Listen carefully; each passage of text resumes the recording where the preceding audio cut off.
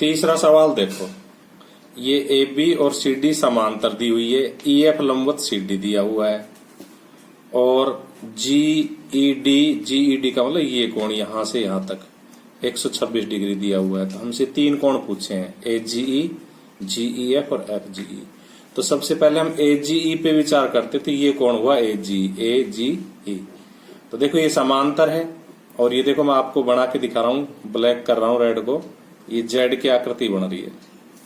कैसी आकृति बन रही है? जेड की उल्टी बना दी, इधर से बनानी थी ये वाली, ये जेड की आकृति बन रही है। अतः ये 126 तो ये भी 126 डिग्री। तो हम क्या लिखेंगे? हम सॉल्यूशन में लिखेंगे कि चूंकि ए बी समांतर सी डी तथा जीई तिर्यक रेखा है, इसलिए कोण ए जीई यानी कि ये कोण बराबर कोण जीईडी यानी कि ये कोण, वजह एकांतर कोण। थोड़े से और आगे बढ़े तो हमने जीईडी की वैल्यू रख दी, तो कोण एजीई आ जाएगा। कोण एजीई बराबर जीईडी की वैल्यू 126 डिग्री। चूंकि कोण जीईडी बराबर 126 दिया हुआ है और इस प्रकार से हमारा एक सवाल का सॉल्यूशन हो गया। दूसरा पूछा जीईएफ, ये वाला कोण पूछा है।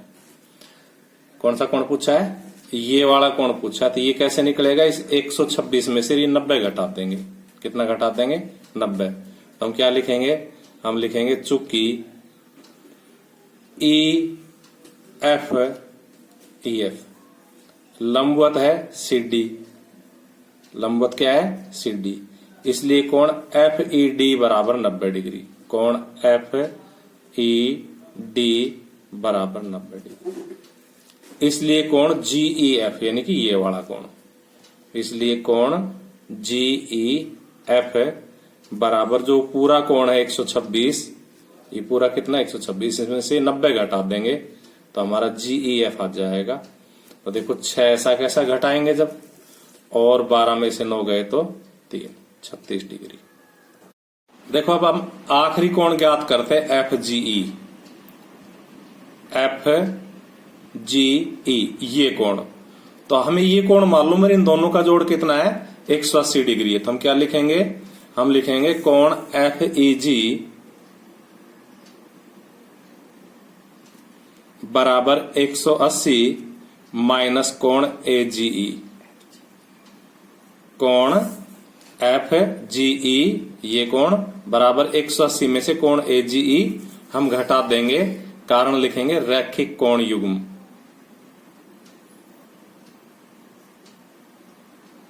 और अब ए जीई की वैल्यू हम यहां से रख देंगे 126 डिग्री। तो बराबर 180 माइनस 126 और इसको घटा लेते हैं। तो देखो 10 में से 6 गए तो 4, 7 में से 2 गए तो 5, तो हमारा 54 डिग्री आ गया। अब हम क्वेश्चन नंबर 4 शुरू करते हैं।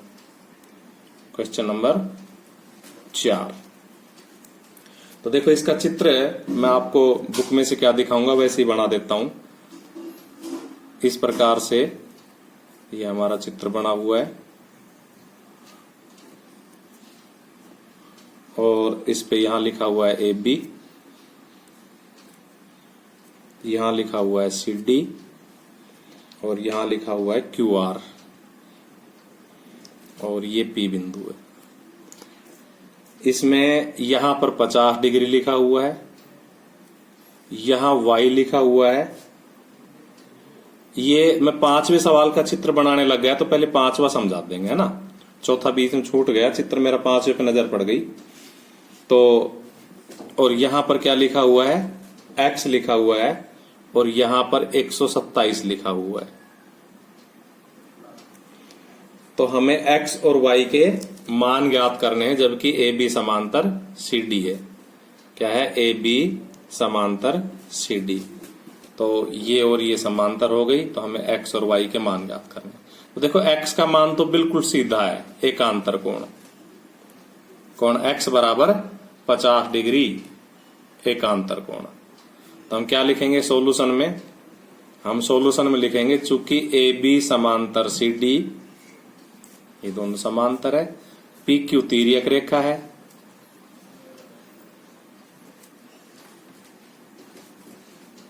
इसलिए कोण x बराबर 50 डिग्री एकांतर कोण। हमारा x का मान आ गया। देखो y का मान निकालने के लिए हम एक त्रिभुज का नियम लगाएंगे कि त्रिभुज की एक भुजा को सीधी आगे बढ़ाने से क्या बनता है? बहिष्कोण बनता है, और त्रिभुज का बहिष्कोण उसके अंतराभिमुख कोणों के योग के बराबर होता है। तो x प्लस वाई बराबर 127 लिखेंगे, x प्लस वाई बराबर 127। कारण लिख देंगे त्रिभुज का बहिष्कोण उसके अंतराभिमुख कोणों के योग के बराबर होता है।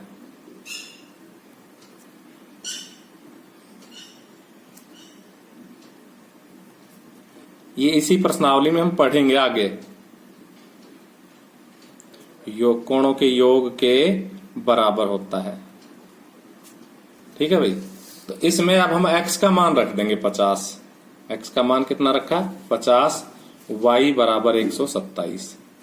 तो इस प्रकार से y बराबर क्या आ जाएगा? 127 माइनस 50, 7, 12 में से 5 गए तो 7। अब हम चौथे सवाल पे विचार करते हैं, क्वेश्चन नंबर 4। तो चौथा सवाल है हमारा, इस प्रकार का चित्र बना हुआ है। एक लाइन ऐसे गई, फिर ऐसे आई, फिर ऐसे गई और फिर ऐसे आ गई। तो यहां पर लिखा हुआ है P, ये Q, ये R, ये S और ये T। यहां पर 110 डिग्री लिखा हुआ है और यहां पर 130 डिग्री लिखा हुआ है, और हमसे दिया हुआ है PQ समांतर ST। क्या दिया है? PQ समांतर ST, यानी कि ये और ये समांतर है। देखो, इसका कोई हमारे भ्रम हो ना तो उसको मिटाने के लिए हम अपनी तरफ से ऐसे आगे बढ़ा सकते हैं ताकि हमें ये तिर्यक रेखा दिखने लग जाए। आगे बढ़ाने से ये तिर्यक रेखा दिखने लग जाए। तो PQ समांतर ST हमसे दिया हुआ है और ये कोण हमने लिखी दी इसमें। तो हमें कोण QRS ज्ञात करना है। कोण QRS ज्ञात करना है।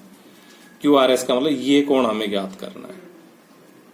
तो हम चाहे तो इसमें रचना करके एक समांतर रेखा और खींच सकते हैं, ऐसे R से गुजरती हुई। R से गुजरती हुई, इसमें AB कहीं भी नहीं है, लिखेंगे R से गुजरती हुई AB खींच ली हमने।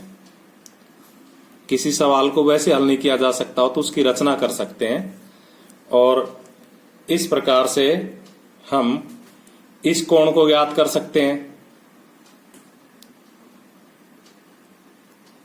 तिर्यक रेखा के एक ही ओर के अंतः कोणों से, और इस कोण को ज्ञात कर सकते हैं वही तिर्यक रेखा के एक ही ओर के अंतः कोणों से, और फिर एक सरल रेखा पर बने कोणों का योग 180 से ये ज्ञात हो जाएगा।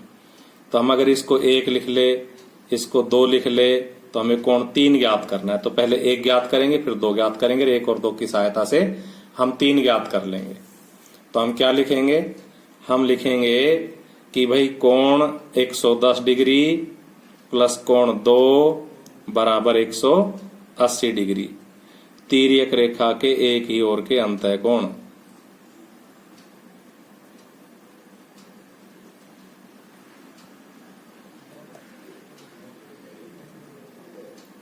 और अब हम कोण 2 निकाल देंगे, तो 180 में से 110 घटा देंगे, 70 डिग्री। इसी तरह से हम लिखेंगे कोण 1 प्लस कोण 130 बराबर 180। कारण यही लिख देंगे जो ऊपर लिख रखा है। और इस प्रकार से कोण 1 बराबर कितना आ जाएगा? 180 माइनस 130 बराबर 50 डिग्री। फिर हम लिखेंगे कि भाई कोण 1 प्लस कोण 2 प्लस कोण 3 बराबर 180 डिग्री। चित्र में देखो, कोण 1 प्लस कोण 2 प्लस कोण 3 से एक सरल रेखा बन गई, और सरल रेखा पर बने सभी कोणों का जोड़ 180 होता है। सरल रेखा पर बने कोणों का योग।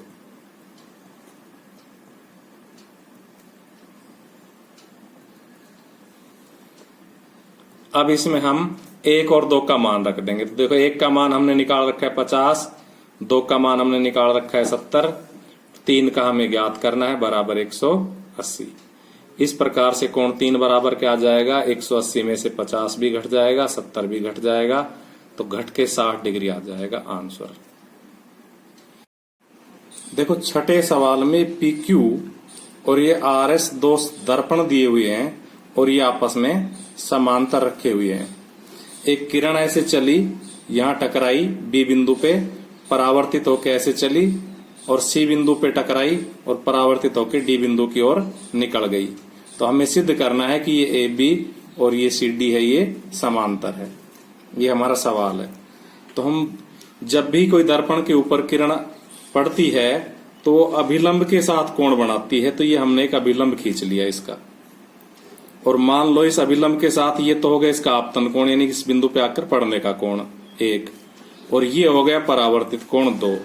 तो विज्ञान के नियम से, दर्पण समतल दर्पण के नियम से आपतित किरण और परावर्तित किरण अभिलंब के साथ बराबर कोण बनाती, इसलिए कोण 1 बराबर हो जाएगा कोण 2। इसी प्रकार से यहाँ के टकराई तो यहाँ भी अभिलंब बनेगा, और ये अभिलंब के साथ कोण 3 पर आपतित हुई और कोण 4 पर परावर्तित हो गई। तो इस प्रकार से वही जैसे 1 बराबर 2 था ऐसे ही 3 बराबर 4 हो जाएगा। तो हम क्या लिखेंगे, हम लिखेंगे चूंकि अभिलंब के साथ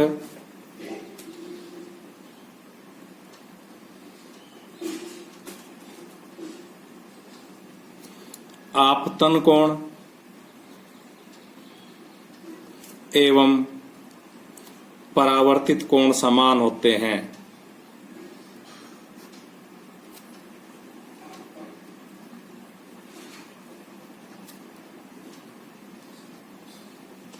इसलिए कोण 1 बराबर कोण 2 तथा कोण 3 बराबर कोण 4।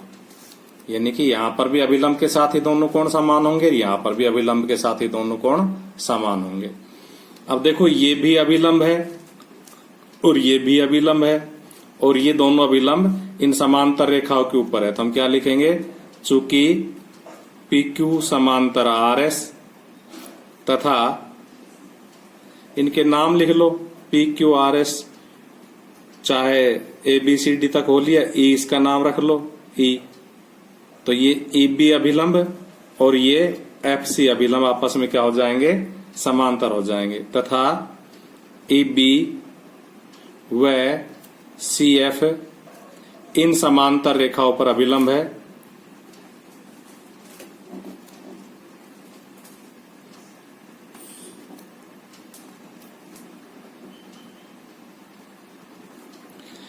अतः समांतर रेखाओं पर खींचे गए अभिलंब क्या हो जाएंगे, समांतर हो जाएंगे, इसलिए EB समांतर CF।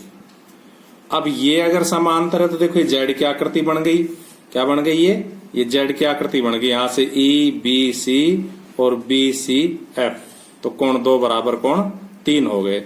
लिखेंगे इंप्लाइज कोण 2 बराबर कोण 3, वजह एकांतर कोण। इस प्रकार से अगर हम इसको 1 नंबर डाल के रख ले, इसको अब 2 नंबर डाल दे, तो देखो हमारा टारगेट क्या है, हमारा टारगेट है 1 और 2 का जोड़, यानी कि ABC और BCD इनको बराबर करना। तो अब हम कोण ABC ज्ञात करते हैं, लिखेंगे अब कोण ABC, कोण ABC का मतलब कोण 1 + 2, तो बराबर क्या हो जाएगा, बराबर हो जाएगा कोण 1 + कोण 2। अब देखो 1 + 2 को हम कहा ले जाना चाह रहे हैं, हम 3 + 4 पे ले जाना चाह रहे हैं। तो 1 की जगह हम क्या रख सकते हैं, 1 की जगह हम रख सकते हैं कितना, 2। 1 की जगह हम 2 रख सकते हैं, 1 से तो यहां लिखा 2, और 2 की जगह हम कितना लिख सकते हैं, 2 की जगह हम लिख सकते हैं, अभी फिलहाल 2 ही लिख ले, तो या 3 लिख लेते हैं, यहां से 2 से कितना लिख लेते हैं, 3, तो +3, यानी कि 1 की जगह 2 और 2 की जगह 3। और अब इस 2 की जगह हम 3 लिख लेंगे, तो देखो 2 की जगह तो 3 हो जाएगा और 3 की जगह कितना हो जाएगा 4 हो जाएगा। इस प्रकार से हमने एबीसी से शुरुआत की। कहां से शुरुआत की? एबीसी से। एबीसी की वैल्यू कितनी है 1 + 2 और 1 + 2 से हम बदलते बदलते कहां आ गए 3 + 4 और 3 + 4 किसकी वैल्यू है बीसीडी की, तो बराबर क्या लिख देंगे बीसीडी। इस प्रकार से हमारा कोण एबीसी बराबर आ गया कोण बीसीडी हम कहेंगे, परंतु ये तो एकांतर कोण है इसलिए एबी समांतर सीडी हमारा सवाल सिद्ध हो जाएगा। तो हम क्या लिखेंगे? हम लिखेंगे कि भाई ये बराबर आगे लिखेंगे परंतु ये तो एकांतर कोण है, परंतु ये तो एकांतर कोण है। जब एकांतर कोण हो और वो बराबर हो तो जिन रेखाओं से वो एकांतर बनते वो समांतर हो जाती है। तो 1 और 2 यानी कि ये एबीसी कोण है और 2 और 3 ये बीसीडी कोण है, बराबर है और जेड की आकृति बना रहे हैं, अतः एबी और सीडी क्या है समांतर है। तो लिखेंगे इंप्लाइज एबी समांतर सीडी और यही हमें सिद्ध करना था। अब देखिए